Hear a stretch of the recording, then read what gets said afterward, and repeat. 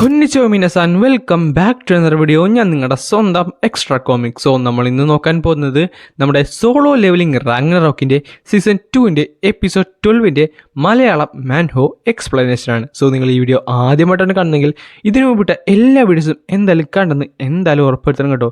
പിന്നെ ലൈക്ക് ചെയ്യാനും സബ്സ്ക്രൈബ് ചെയ്യാനും നിങ്ങളുടെ കൂട്ടുകാർക്ക് ഈ വീഡിയോ ഷെയർ ചെയ്ത് കൊടുക്കാനും മറക്കണ്ട. സോ നമുക്ക് നേരെ എന്തായാലും വീഡിയോയിലേക്ക് കടക്കാം. അങ്ങനെ ഈ ചാപ്റ്റർ തുടങ്ങാൻ നേരത്ത് ഒരു കൺട്രോൾ സെന്റർ നമുക്ക് കാണാൻ സാധിക്കുന്നുണ്ട്. അതിനകത്തന്നെ ഒത്തിരിയധികം പേരുണ്ടായിരുന്നു. പെട്ടെന്നായിരുന്നു ഒരുത്തിന് കോൾ കണ്ടിട്ടാണ് അവൻ ചോദിക്കുന്നുണ്ട്, ഇത് കൺട്രോൾ സെന്റർ അല്ലേ? അതെ, കാര്യം പറഞ്ഞാലും എനിക്കൊരു ചോദ്യം ഉണ്ടായിരുന്നു. ഞാനിപ്പോൾ ഒരു എയർ സ്പേസിൻ്റെ അകത്ത് സൗത്ത് കൊറിയയുടെ അടുത്തൂടെയാണ് പോയിക്കൊണ്ടിരിക്കുന്നത്. പക്ഷേ എൻ്റെ ഡൗട്ട് എന്താണെന്ന് വെച്ചാൽ ഈ ഒരു കറണ്ട് ആൾട്ടിറ്റ്യൂഡിൽ എങ്ങനെയെങ്കിലും മഞ്ഞ് പെയ്യാനുള്ള ചാൻസ് ഉണ്ടോ? മഞ്ഞ് പെയ്യാനോ? അങ്ങനെ ഒരു ചാൻസും ഇല്ല. ഇപ്പോൾ ഏതായാലും അറ്റ്മോസ്ഫിയർ ഒക്കെ ക്ലിയർ ആണ്, അതുകൊണ്ട് ഒരു ചാൻസും ഇല്ല. അത് കോമൺ സെൻസ് ആണെന്ന് എനിക്കും അറിയാം, പക്ഷേ ഞാനിതെങ്ങനെയാണ് എക്സ്പ്ലെയിൻ ചെയ്യേണ്ടതെന്ന് എനിക്കറിഞ്ഞൂടാ. പെട്ടെന്നാണ് ആ പൈലറ്റിന് ആ ഒരു കാര്യം മനസ്സിലായത്. അവൻ്റെ ഫ്രണ്ടിലുള്ളത് ഒരു ഗേറ്റ് ആണെന്ന്. ഇത് കേട്ടപ്പോൾ തന്നെ അവൻ ഞെട്ടിദ്ധരിച്ചു പോയി. എന്ത് ഗേറ്റോ? അതെ, ആ ഒരു ഗേറ്റ് തന്നെയാണ്. അത് മാത്രമല്ല അതിൻ്റെ ചുറ്റിനും ഒരു സ്നോ സ്റ്റോം ഒക്കെ ഉണ്ടാകുന്നുണ്ട്. ഇങ്ങനെ ഉണ്ടെങ്കിൽ ഞങ്ങൾ ക്രാഷ് ആകാൻ ചാൻസ് ഉണ്ട്. എത്രയും പെട്ടെന്ന് തന്നെ എമർജൻസി ലാൻഡിങ് വേണമെന്ന് പറയാൻ നേരത്തെ തന്നെ ആ ഒരു കോള് അവിടെ കട്ടാകുന്നുണ്ട്. ക്യാപ്റ്റൻ എന്ന് വിളിച്ചിട്ട് അവൻ പിന്നെ റെസ്പോണ്ടും ചെയ്യുന്നില്ല. അത് കഴിഞ്ഞ് കഴിയുന്നത് ഒരു മോൺസ്റ്ററിനാണ്. അത് ചാടി അറ്റാക്ക് ചെയ്യാൻ വരുന്നുണ്ടെങ്കിലും പെട്ടെന്നായിരുന്നു ആ മോൺസ്റ്ററിൻ്റെ ശരീരം മുഴുവൻ മുറിയാൻ തുടങ്ങിയത്. അത് മറ്റാരുമല്ലായിരുന്നു, നമ്മുടെ സുഹയായിരുന്നു.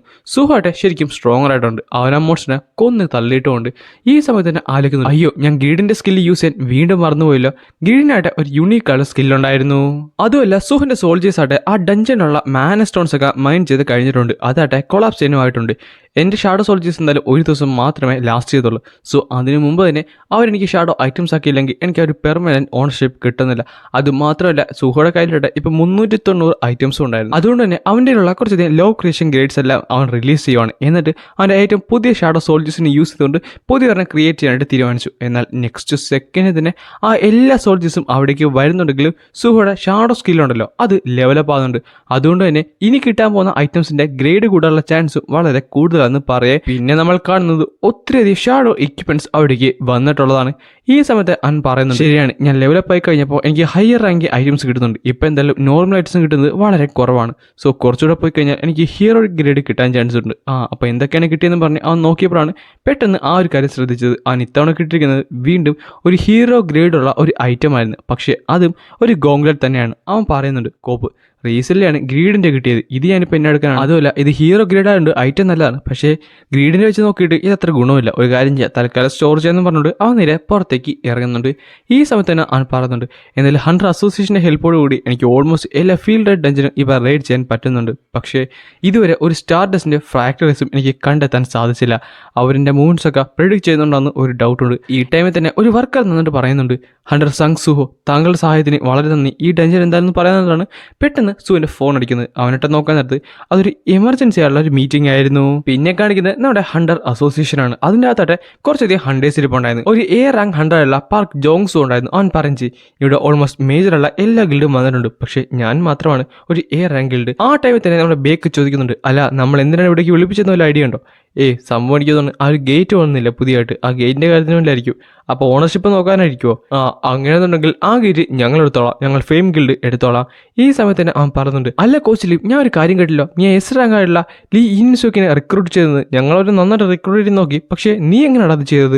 അതോ അത് പുതിയതായിട്ട് എടുത്താൽ മറന്നായിരുന്നു. ഒരു പാർക്ക് ഡോജിൻ അവനാണ് എനിക്കെല്ലാം സെറ്റാക്കി തന്നത്. അവൻ സത്യം പറഞ്ഞാൽ ഒരു ലക്കി മെമ്പർ തന്നെയാണ്. ഈ സമയത്ത് നമ്മുടെ ചോയ് ഒന്നും ഇടാതിരിപ്പോണ്ട് പെട്ടെന്നായിരുന്നു സുഹോ അകത്തേക്ക് ഓടിച്ചാടി വന്നത്. എന്നിട്ട് പറഞ്ഞു, എന്നോട് ക്ഷമിക്ക്, ഞാൻ കുറച്ച് താമസിച്ചു, ഞാൻ ഒരു A rank field type dungeon clear ചെയ്യുമായിരുന്നു. ഈ സമയത്ത് തന്നെ അവന്മാർ രണ്ടുപേരും പറയുന്നുണ്ട്, സോ ഇതാണല്ലേ എസ് റാങ്ക് ഹണ്ടറായുള്ള സങ് സുവോ. നെക്സ്റ്റ് സെക്കൻഡിൽ തന്നെ അവന്മാർ ചാടിയിട്ടുണ്ട്. കോച്ച് സങ്, എന്തായാലും താങ്കളെ കണ്ടതിൽ സന്തോഷം. കോച്ചോ? ഞാൻ കോച്ചൊന്നുമല്ല.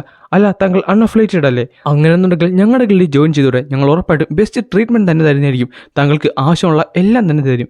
ഈ സമയത്ത് തന്നെ നമ്മുടെ ചോയ് പറയുന്നുണ്ട്, നല്ല ഫെമിലിയർ ആയുള്ള സിറ്റുവേഷൻ. പക്ഷേ നെക്സ്റ്റ് സെക്കൻഡിൽ തന്നെ സുഹോ പറയുകയും ചെയ്യും, അല്ല എനിക്ക് എന്നോട് താല്പര്യമില്ല, എന്നോട് ക്ഷമിക്കുക, എന്തായാലും ഗിൽഡ് ചേരാൻ എനിക്ക് വലിയ പ്ലാനൊന്നുമില്ല.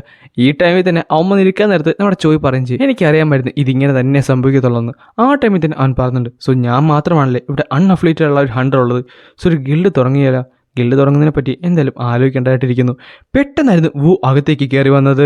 നമ്മുടെ ഡോങ് വോക്ക് ചോദിക്കുന്നുണ്ട്, അല്ല കോച്ച് വു, താങ്കൾക്ക് ഇത് എന്ത് പറ്റി? താങ്കൾ കുറച്ച് ലേറ്റ് ആണല്ലോ. അതുമല്ല കാണാനും എന്തോ പോലെ ഉണ്ടല്ലോ, എന്താ വല്ല വയറ്റ് വേദനയാണോ?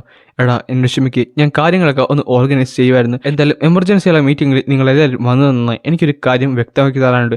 സോ നിങ്ങളെല്ലാവരും അറിഞ്ഞതുപോലെ തന്നെ സൗത്ത് കൊറിയയുടെ മുകളിൽ ഒരു ഗേറ്റ് ഇന്നലെ അപ്പിയർ ആയിരുന്നു. ആൻഡ് പാസഞ്ചർ പ്ലെയിനും അവിടെ സ്പോട്ട് ചെയ്തിരുന്നു. അത് മാത്രമല്ല അത് ക്രാഷ് ചെയ്ത് കുറച്ചധികം കാഷ്വാലിറ്റി ഉണ്ട്. അതുകൊണ്ട് തന്നെ ഒരു എ റാങ്ക് ഹണ്ടേഴ്സിൻ്റെ ടീമിനെ നമ്മൾ അവിടേക്ക് അയച്ചിരുന്നു ആ ഗേറ്റ് ഒന്ന് മെഷർ ചെയ്യാനായിട്ട്. പക്ഷേ അതൊരു എ റാങ്കിന് മുകളിലാണ് നിന്നത്. അതുകൊണ്ട് ഒരു കാര്യം ഉറപ്പാണ്, നമ്മളെന്തായാലും ആ ഗേറ്റ് ഒരു എസ് റാങ്ക് ആണെന്ന് ക്ലാസിഫൈഡ് ചെയ്തിട്ടുണ്ട്. ഇത് കേൾക്കാൻ നേരത്ത് എല്ലാവരും ഞെട്ടി. ഈ സമയത്ത് സുഹയും ആലോചിക്കുന്നുണ്ട്, എസ് റാങ്കോ? അച്ഛൻ്റെയൊക്കെ കാലം കഴിഞ്ഞ് ഇപ്പോഴാണ് ഒരു എസ് റാങ്ക് ഗേറ്റ് വരുന്നത്. ആ ടൈമിൽ തന്നെ ചോയ് പറയുന്നുണ്ട്, കോപ്പ്. ഞാൻ ആലോചിച്ച ഏറ്റവും വലിയ പേടിയാണല്ലോ ഇവിടെ സംഭവിക്കാൻ പോകുന്നത്. ചോയും ബാക്കിയുള്ളവരൊക്കെ ആയിട്ട് പേടിച്ച് വിറച്ച് നിൽപ്പുണ്ട്. ഈ സമയത്ത് തന്നെ സുഹ ആലോചിക്കുന്നുണ്ട്, ഈവൻ പാസ്റ്റ് മെമ്മറീസുള്ള ഹണ്ടേഴ്സ് വരെ ഇത്രത്തോളം പേടിക്കുന്നു. സോ എസ് റാങ്ക് ഗേറ്റ്സ് അത്രത്തോളം ഡേഞ്ചറസ് ആണോ? ആ ടൈമിൽ തന്നെ സുഹ പറയുന്നുണ്ട്, അല്ല നമ്മൾ പേടിക്കേണ്ട കാര്യമുണ്ടോ? നമ്മൾ എല്ലാവരും കൂടെ ഒന്ന് ആഞ്ഞു പിടിച്ചു കഴിഞ്ഞാൽ നമുക്കത് ഹാൻഡിൽ ചെയ്യാൻ പറ്റത്തില്ലേ? പെട്ടെന്ന് ബെറു പറയുന്നുണ്ട്, യങ് മണാർച്ച് അത് കുറച്ച് ഹാർഡായിരിക്കും. അല്ല നമ്മളെല്ലാവരും കൂടെ പോയാലും അത് നമ്മളൊക്കെ തീറ്റ ഉണ്ടാക്കി കൊടുക്കുന്ന പോലെ ആയിരിക്കും. ബെറു നീ എന്താണ് പറഞ്ഞത്? പെട്ടെന്നായിരുന്നു നമ്മുടെ ഡോഗ് മുക്ക് പറയുന്നത്. അതെന്താണ്? അതിന് സംഗിൻ്റെ ഒരു വല്ല സമൺ വല്ലതുമാണോ? അല്ല അത് സമൺ ബീസ്റ്റ് ആണെന്ന് പറഞ്ഞപ്പോഴാണ് അവൻ്റെ ശരീരം ഫുള്ള് പേടിച്ച് വിറക്കാൻ തുടങ്ങി. അവന് മനസ്സിലാകുന്നില്ലായിരുന്നു അവൻ്റെ ശരീരം എന്തുകൊണ്ടാണ് ഇത്രയധികം പേടിക്കുന്നതെന്ന്. ഞാൻ എന്താണ് ഈ കാണിക്കുന്നത്?